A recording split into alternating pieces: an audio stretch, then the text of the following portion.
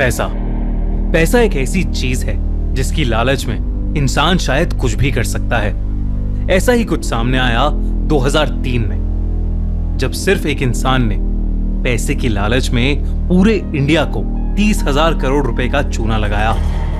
पूरे legal system के साथ एक ऐसा स्कैम हुआ जिसने सबको हिलाकर रख दिया। Stamp paper scam.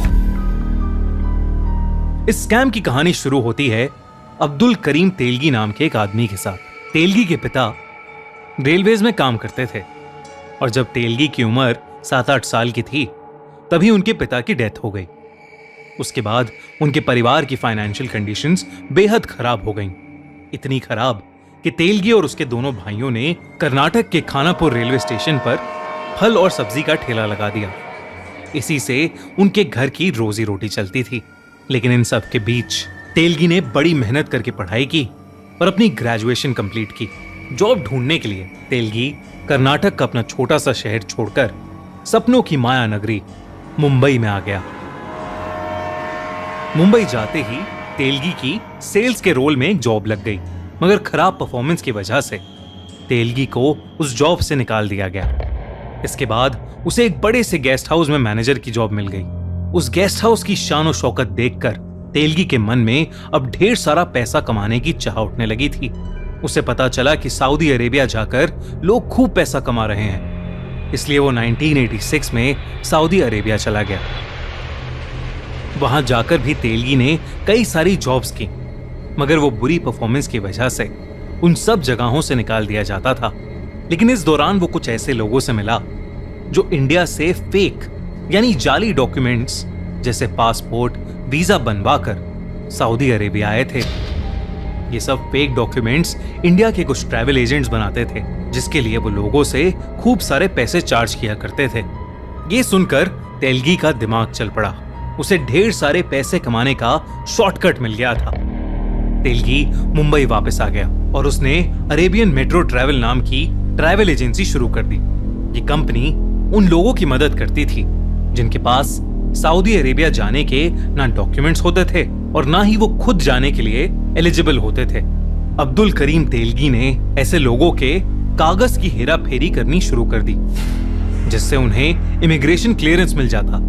Abdul Karim ने उन लोगों के फेक डॉक्यूमेंट्स बनाने शुरू कर दिए और उसने कागजों की ऐसी हेरा फेरी की जिससे सभी लोगों को इमिग्रेशन क्लियरेंस मिल जाता था। कुछ सालों तक वो यही करता रहा और इसी के चलते उसने ढेर सारे पैसे भी कमा लिए। लेकिन 1991 में एक दिन कुछ इमिग्रेशन ऑफिसर्स को उसके इस इलीगल काम की भनक लग गई और उसे अरेस्ट कर लिया गया। वैसे तो अगर किसी को भी जेल हो जाती है तो वो अपनी गलती सुधार लेते हैं, पर अब तेलगी को पैसे का नशा हो गया था। उसे बस और पैसे कमाने थे, चाहे पैसे जैसे भी आए। और इसी बीच तेलगी को जेल में मिला रतन सोनी। रतन सोनी स्टॉक एक्सचेंज से रिलेटेड डील्स करता था और उसी में एक फ्रॉड के केस में उसे अरेस्ट कर लिया गया था। रतन सोनी ने तेलगी से कहा कि क्राइम करना है तो बड़ा करो, वरना मत करो। और फिर सोनी ने तेलगी को एक ऐसा आइडिया दिया जो आगे जाके इंडिया के लिए एक श्राप बन गया। रतन सोनी ने तेलगी को बताया कि गवर्नमेंट के स्टैम्प पेपर ऑफिस पर कोई ज्यादा ध्यान नहीं देता और इसलिए अगर वो नकली स्टैम्प पेपर बनाना शुरू कर देंगे तो किसी को कुछ पता नहीं चल पाएगा। और तो और इंडिया में स्टैम्प पेपर काफी जगह यूज होता है, इसीलिए वो लोग इससे ढेर सारा पैसा भी कमा पाएंगे। सोनी ने तेलगी को समझाया कि स्टैम्प पेपर एक ऐसा लीगल पेपर है जो किसी भी कॉन्ट्रैक्ट के लिए जरूरी होता है। मैरिज सर्टिफिकेट हो या घर, दुकान या कोई प्रॉपर्टी खरीदने या बेचने का कॉन्ट्रैक्ट हो या कोई नॉर्मल रेंट एग्रीमेंट या जॉब एग्रीमेंट ही हो, स्टैम्प पेपर के बिना इनमें से किसी भी कॉन्ट्रैक्ट को कोई वैलिडिटी या मान्यता नहीं मिलती। पूरे देश भर में स्टैम्प पेपर यूज होते हैं। 100 रुपए के स्टैम्प पेपर का मतलब होता है 100 रुपए। मतलब अगर कोई 100 रुपए का नकली स्टैम्प पेपर बेचता है तो वो उसके लिए 100 रुपए या उससे ज्यादा ले सकता है। इस केस में 100 रुपए के स्टैम्प पेपर के जो 100 रुपए हैं वो असल में सरकार को मिलने चाहिए थे, लेकिन क्योंकि ये नकली होंगे इसलिए सरकार को कुछ नहीं मिलेगा। मतलब जितनी भी अमाउंट के नकली स्टैम्प पेपर बिकेंगे उतनी ही अमाउंट की सरकार से चोरी होगी और उतना ही कम पैसा इकोनॉमी में आएगा। जेल से छूटते ही तेलगी और सोनी ने इस आइडिया पर काम शुरू कर दिया। उन्होंने सबसे पहले पॉलिटिशियंस के बीच, गवर्नमेंट ऑफिशियल्स के बीच और अंडरवर्ल्ड के बीच अपनी पहचान बनानी शुरू कर दी। फिर जुगाड़ करके एक स्टैम्प पेपर बेचने का लाइसेंस लिया ताकि आने वाले टाइम में उन पर किसी को शक ना हो।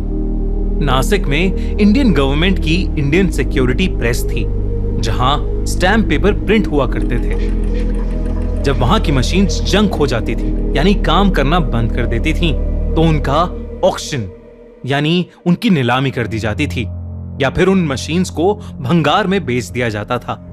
तेलगी ने उन ऑक्शंस में जाकर मशीन्स खरीदना शुरू कर दिया। तेलगी ने इंडियन सिक्योरिटी प्रेस के ऑफिसर्स को भी पैसे खिलाने शुरू कर दिए। उन ऑफिसर्स ने तेलगी को बता दिया कि वो मशीन कैसे रिपेयर होंगी। इसके अलावा गवर्नमेंट द्वारा यूज की जाने वाली डाई, पेपर और प्रिंट कलर्स भी तेलगी ने उन ऑफिसर्स के थ्रू निकलवा लिए। अब गवर्नमेंट द्वारा प्रिंट किए जाने वाले स्टैम्प पेपर्स और तेलगी के प्रिंट किए हुए नकली स्टैम्प पेपर्स में फर्क बता पाना नामुमकिन सा हो गया था। आगे चलते हुए तेलगी और रतन सोनी में कुछ डिफरेंसेस होने लगे और इसलिए दोनों ने अपना रास्ता अलग अलग कर लिया। धीरे धीरे तेलगी अब स्टैम्प पेपर फ्रॉड को एक बड़ी ऑर्गेनाइजेशन की तरह चला रहा था। उसने करीब 350 MBA करे हुए लोगों को एजेंट्स की तरह हायर किया और हर तरह के फेक स्टैम्प पेपर्स बेचने लगा। वो अपने स्टैम्प पेपर्स को डिस्काउंट में बेचने लगा था, इसलिए बहुत सारे बिजनेसेस डायरेक्टली तेलगी को अप्रोच करके उससे स्टैम्प पेपर्स खरीदने लगे। इसके बाद तेलगी का बिजनेस आसमान छूने लगा। उसका ये बिजनेस 18 स्टेट्स में फैल गया था और उसने लगभग 32,000 करोड़ के स्टैम्प पेपर्स बेच दिए थे, यानी सरकार से 32,000 करोड़ रुपए की चोरी। वो अपने कमाए हुए पैसों से अय्याशी करने लगा था। एक बार तो तेलगी ने मुंबई की एक बार में जाकर एक बार डांसर पर 93 लाख रुपए उड़ा दिए थे। लेकिन साल 2000 में बैंगलोर पुलिस ने स्टैम्प पेपर से भरी एक ट्रक पकड़ी। पहले तो उन्हें लगा कि ये स्टैम्प पेपर्स चोरी किए हुए हैं, लेकिन जब सामने आया कि वो सारे स्टैम्प पेपर्स फेक हैं, तो सब शॉक हो गए। इसलिए उन्होंने इस केस पर डिटेल में इन्वेस्टिगेशन करना शुरू कर दिया। इन्वेस्टिगेशन के दौरान अब्दुल करीम तेलगी का नाम सामने आया और पुलिस ने तेलगी का फोन टैप करना शुरू कर दिया। तब पुलिस को पता चला कि तेलगी ही इस पूरे केस का मास्टरमाइंड था और उन्होंने तेलगी को ढूंढना शुरू कर दिया। मगर तेलगी फरार हो गया और उसका मिल पाना थोड़ा मुश्किल हो रहा था।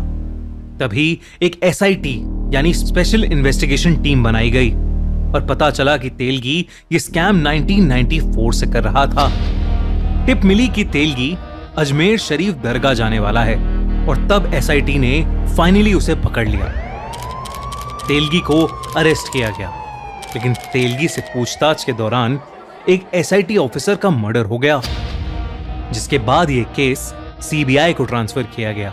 सामने आया कि तेलगी की इंडिया भर में 36 प्रॉपर्टीज थीं और 120 बैंक अकाउंट्स थे और लगभग हर बैंक अकाउंट में करोड़ों का बैलेंस था। तेलगी से जब पूछा गया तो उसे खुद नहीं पता था कि उसके पास कितना पैसा है। गिल्टी पाने पर अब्दुल करीम तेलगी को 30 साल की सजा सुनाई गई और 202 करोड़ का फाइन लगाया गया। लेकिन अपनी सजा काटते काटते 2017 में उसकी डेथ हो गई। तेलगी के लॉयर ने कहा कि जेल के अंदर तेलगी का मर्डर कराया गया है क्योंकि इस केस में कई ऐसे बड़े पॉलिटिशियंस के नाम जुड़े थे जिनके बाहर आने पर बहुत बवाल हो जाता और तेलगी उन सबको एक्सपोज करने वाला था। तेलगी कहता था कि वो इस गेम में बहुत छोटा प्लेयर था और कई इन्वॉल्व लोगों के नाम जानता था, मगर वो नाम कभी बाहर ही नहीं आ पाए। आपको क्या लगता है, तेलगी जैसे लोगों को पकड़ने में हमें इतना टाइम क्यों लग जाता है? हमें कमेंट्स में जरूर बताइए और ऐसे ही स्कैम की स्टोरीज देखने के लिए सब्सक्राइब करें द क्राइम शो बाय खूनी मंडे को। बेल आइकन दबाना मत भूलना।